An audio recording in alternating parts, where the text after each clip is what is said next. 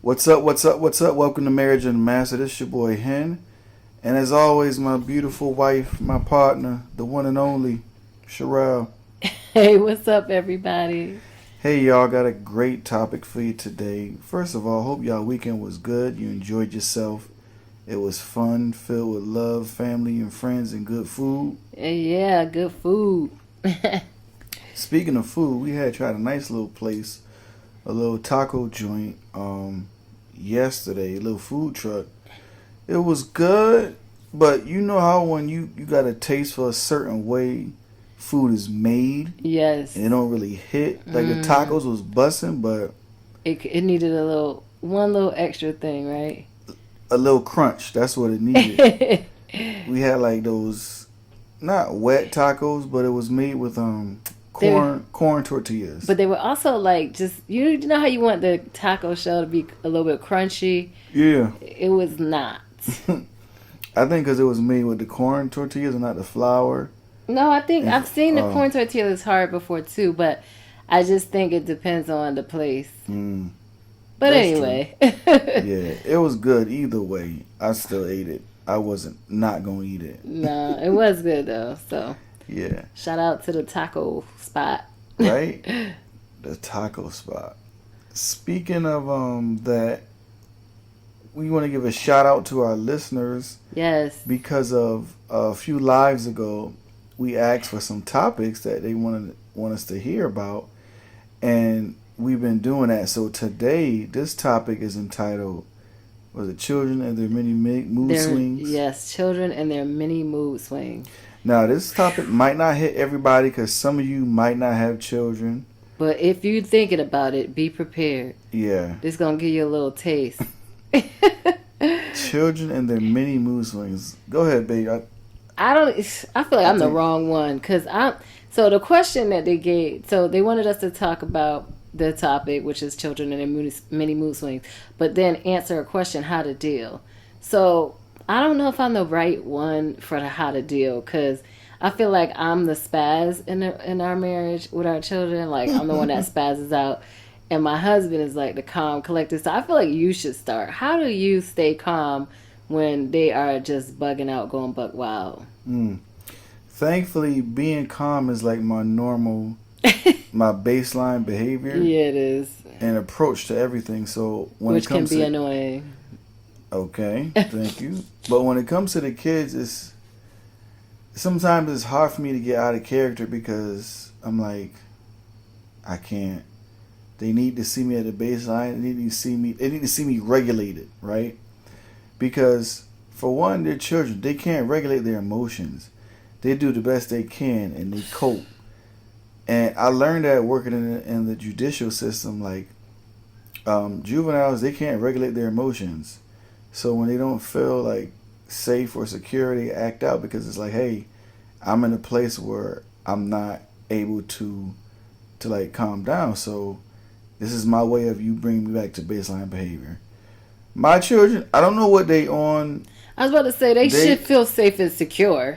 Yeah, but they still kids. Like I think regardless, any generation of kids is gonna act out and wild out.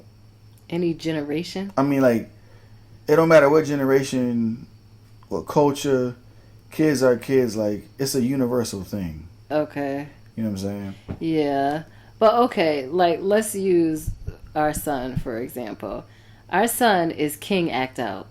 He takes the crown. Like, literally, like, he always, first of all, he's 6. So let's give y'all a little reference to what type of child we're talking about. He's 6 years old.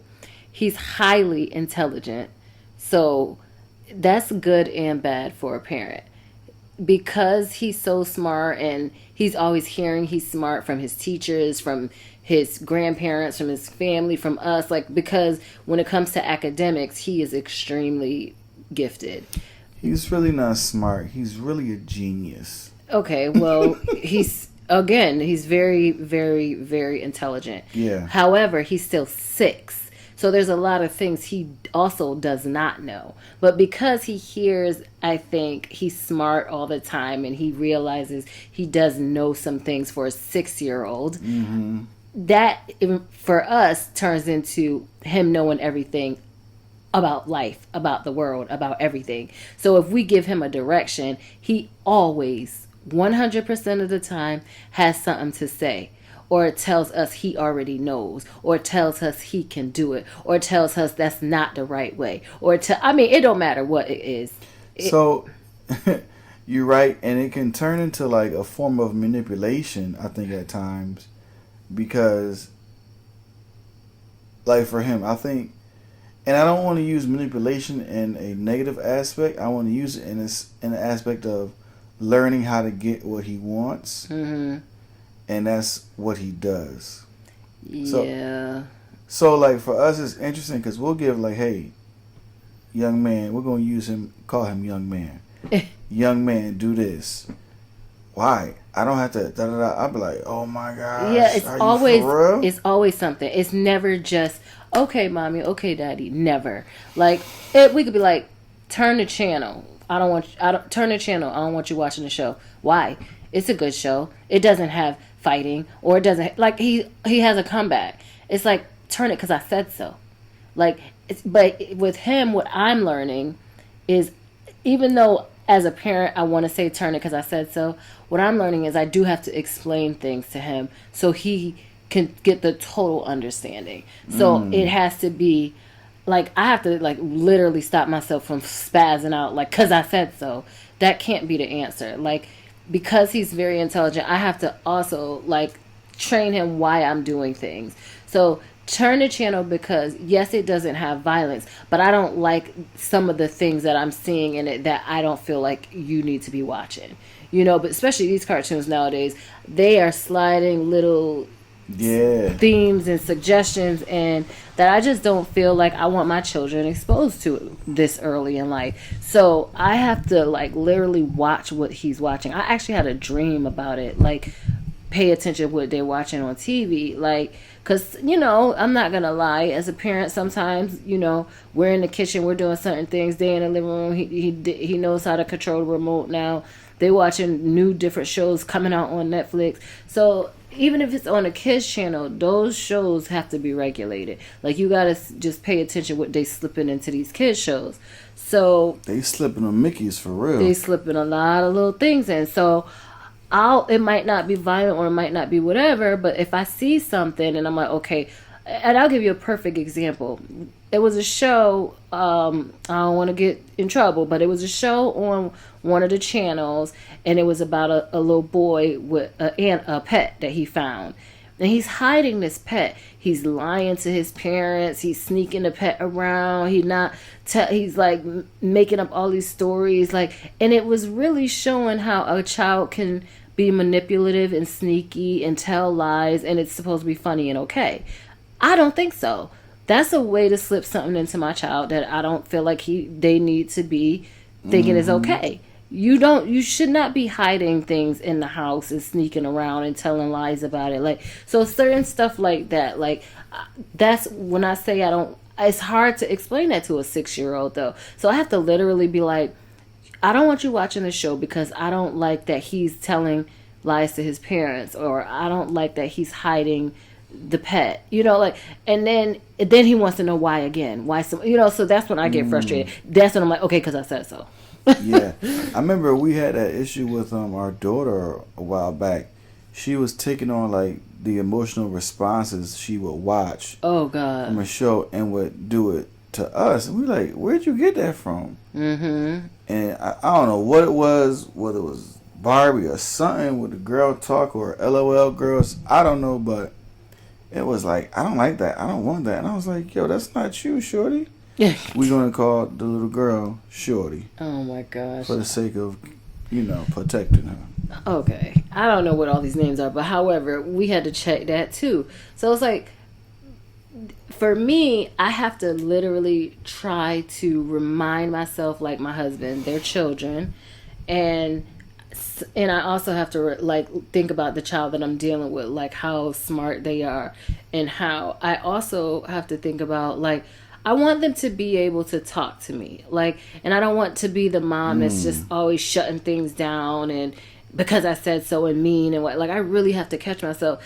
So I'll explain things to them to an extent, um, but also at the same time having to make sure like they understand the respect and being obedient to your parents, Mm-hmm. like, so I feel like that's the line that we're constantly battling, like, being sensitive to the fact that they're kids and they're curious and inquisitive, but also, being able to maintain, I'm the parent.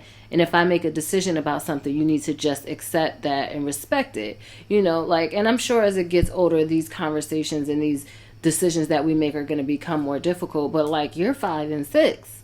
I need you to, I need you to Mm-hmm. just hang tight to what I say right now. Yeah, and it's so like sometimes it can be so easy and convenient to just throw a phone or throw an iPad in your face just to calm them down. Like, all right, take this and calm down and chill. But that's not doing good.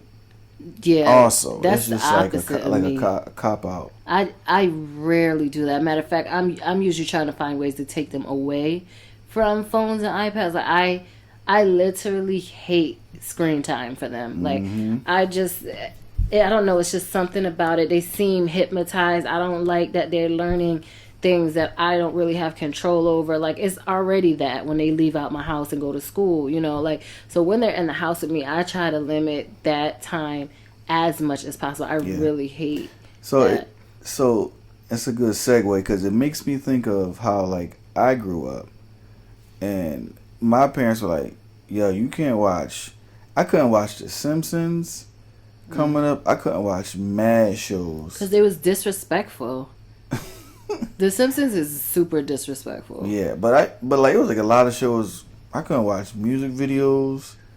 It was crazy. Not saying that it was crazy, but it was like they kept us like sheltered, and I think it turned out pretty well because now like my perception of shows and stuff now for our children is like, all right, I think you guys shouldn't watch this. You know what I'm saying? It helped out with how I see the world as an adult. That's good. I mean, I was able to watch all those shows, but I still feel the same way with my children, with our children, as far as like what they can and can't watch. So I think Mm-hmm. it just also is, I guess it just comes down to your parenting and just, being able to explain, even if they're watching something. Because I think my parents did a good job of like, okay, that's funny, but it's for TV, it's not for real life. So maybe that's some like Mm. a way I have to think about taking it to, like, okay, that's funny, but it's not for real life. That's, that's on TV. That's not real. Really Yeah. explaining that to them. I think that's definitely something that we could work on. But as far as like mood swings, kind of getting back into that, another thing that we deal with our kids is definitely like morning routine. Like we talked about that a little bit. How our kids, it's like always like a meltdown in the morning, or some type of like fight about their clothes, or not wanting to go to school, or, and it's like, dang, y'all mad young for this. Mm-hmm. I didn't think any of this was gonna happen until like at least preteen, like, so for them to just getting out of toddlers and we fighting over what they wear in school is like, Like y'all have uniforms. Like I yeah, don't like this type of shirt. I It's too don't like tight. how long it is, or I don't like the way the pants fit. And I'd be like, again, it makes me Mad think, opinionated. yeah, like, what are people saying to you at school? Because, like, why do you suddenly feel conscious about the way your shirt fits? Or, you know what I mean? Like, and obviously, we're buying them new stuff and we're getting it to the size that they need. Like, so when they're telling us they don't like how it fits, it's like, why do you want it to be smaller or tighter or longer? Or, like, Mm. are you seeing something or hearing something when you're not with us? It can be a lot of things. I think honestly, like they're so sensitive to the world and to like what's going on. you know how it's like people can be like desensitized to the world. Yeah. I mean, like they're not connected, but I think Yeah. our children are connected because they're so involved with things and people. It makes them maybe that's the outlook they have on their perception. Like even at the young age, like hey, I like to look like this or I like to feel like this because clothes, the way they look and the way they feel, does either build confidence or it doesn't. Yeah. Right? You know, because going to work, if you feel like you don't look right, you're like, oh my God, I want to change, or Yeah. I don't like the way this fits. Yeah. Or maybe they even hear that from us, like, Yeah, but I mean, we're like in a place where our bodies don't fit things right. They're not there, so that's why I guess I get confused. Like, but they may not be there, but they hear. You know what I'm saying? yeah, I guess. We don't know exactly where. We just trying to say like, hey, this is what's happening. Yeah. So this is what they pick up. But it's hard because, like, again, dealing with that, I literally feel like every single day, like, we're battling the you know, and I mean, the clothing thing. I feel like every day it's a meltdown about how something fits or it's something, and that's really it's really difficult for me, especially because like in the morning we're trying to let's get it and go. You know, like I don't have time for you to go change your outfit 3 times or change the shirt, the same white shirt. Like you wear a uniform, it's the same white shirt. You know, like it's crazy. It's crazy. But okay, so I want to touch back on something you mentioned earlier about like routines. I think routines help us greatly, especially with our children. Yeah. Like, cause in the morning it was like breakfast, wash up, brush teeth, then get ready. If that routine was like swapped or altered, Yeah. then you talking about breakdowns? Like, I wanna eat breakfast. That's a great point, huh? And I think when we break the routine, because we can deal with like the switch up, but they can't. That's true. And they don't know how to handle like, this is not right, this is not, I'm uncomfortable.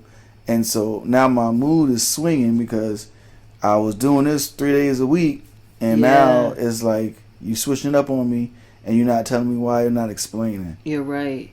And that's interesting because our son, he is big on routines, like super, like if we write him a list, he wants to go down that list, but you can't skip. You can't go like 2 and then 3. I mean, you can't go 2 and then 5.